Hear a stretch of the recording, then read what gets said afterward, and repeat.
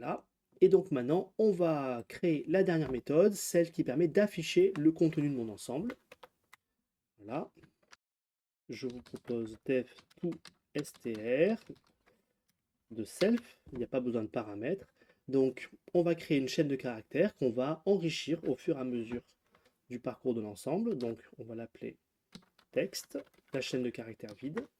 On va parcourir tout l'ensemble, donc en fait self.data, et à chaque fois qu'on voit un élément, on va l'ajouter à notre chaîne de caractères.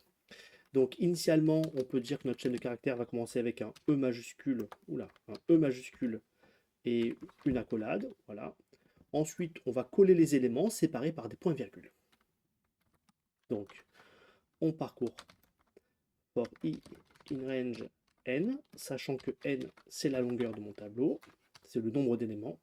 N égale len self.data. Donc, je parcours chaque case de mon tableau self.data. Alors ça va être ma valeur.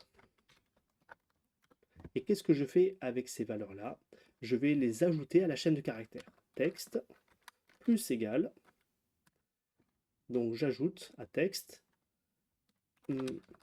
la transformation de valeur en chaîne de caractères. Et ensuite j'ajoute un point-virgule comme ceci, avec espace. Ce qui fait que, hop, on a notre ensemble. Chaque case va être affichée, on va afficher pour chaque case la valeur avec un point-virgule. Et à la fin, texte, on lui ajoute l'accolade qui ferme, comme ceci.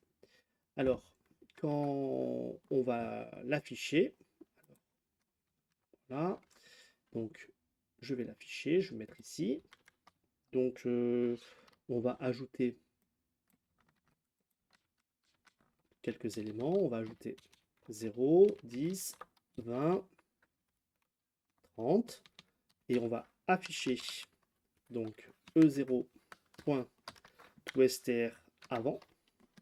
Et on va l'afficher après chaque ajout pour voir ce qui va s'afficher. Donc, on exécute et il s'affiche rien du tout parce qu'en fait, ici, j'ai oublié de renvoyer ma chaîne de caractères. Ah. Hop, comme ça. Donc, je crée ma chaîne de caractères et je la renvoie. Donc, j'exécute le programme. Donc là, on voit notre ensemble.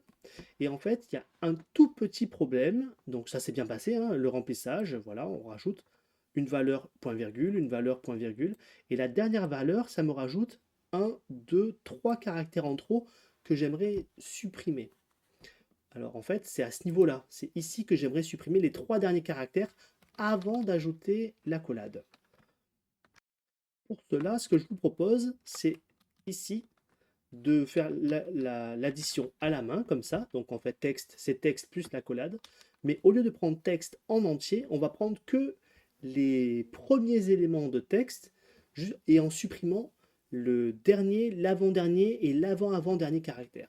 Pour ça, en fait, je vais faire un slice sur texte.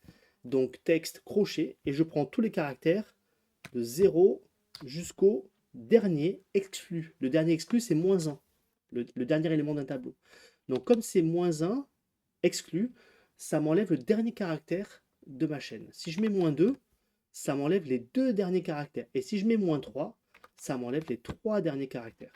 Et quand j'exécute, regardez, ici, j'ai plus les espaces. Alors je vous montre, si j'avais mis seulement -1, là, ça m'a enlevé que le dernier caractère. Et si je mets rien du tout, bon, en fait, ça supprime rien. D'accord, ici, voilà, de base, ça parcourt toute ma chaîne de caractères. Le 0 est facultatif. Et ici, j'ai dit -1 pour enlever le dernier, -2 pour enlever le dernier et l'avant-dernier, et -3 pour enlever les 3 derniers caractères. Donc, ça marche bien, sauf pour le premier ensemble, l'ensemble vide en fait. Donc, je vais faire un cas spécial. Ici, une fois qu'on a mesuré la taille de notre ensemble, on va faire un cas si n est égal à 0. Donc if n, si n est égal à 0, donc j'ai aucun élément. Dans ce cas-là, on va renvoyer directement texte plus l'accolade qui ferme. Puisque texte, c'est ça, on rajoute l'accolade qui ferme, et dans ce cas-là, on n'a pas la suppression des 3 derniers caractères. Et si la longueur de mon ensemble n'est pas égale à 0, dans ce cas-là, eh ben alors, on a cette partie-là qui se joue. J'ai pas besoin d'écrire else, puisqu'en fait, le return va arrêter l'exécution de ma fonction.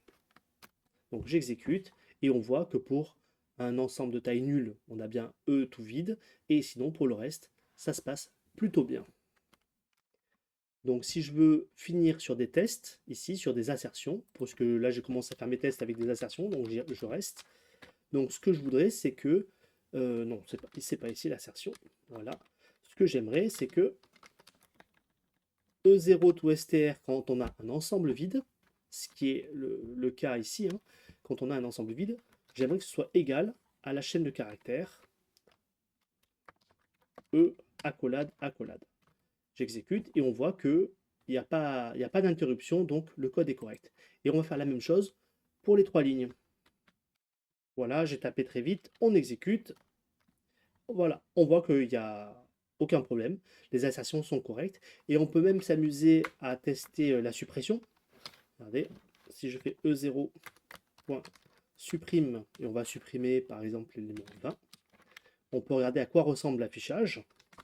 Dans ce cas-là, E0.toStr, et dans ce cas-là, str c'est une méthode comme ça, toStr, voilà, et on voit que l'élément a été supprimé, et dans ce cas-là, on peut encore faire une assertion, assert, que dans ce cas-là, on a bien notre ensemble, ici, sans l'élément 20. On exécute, et on a OK.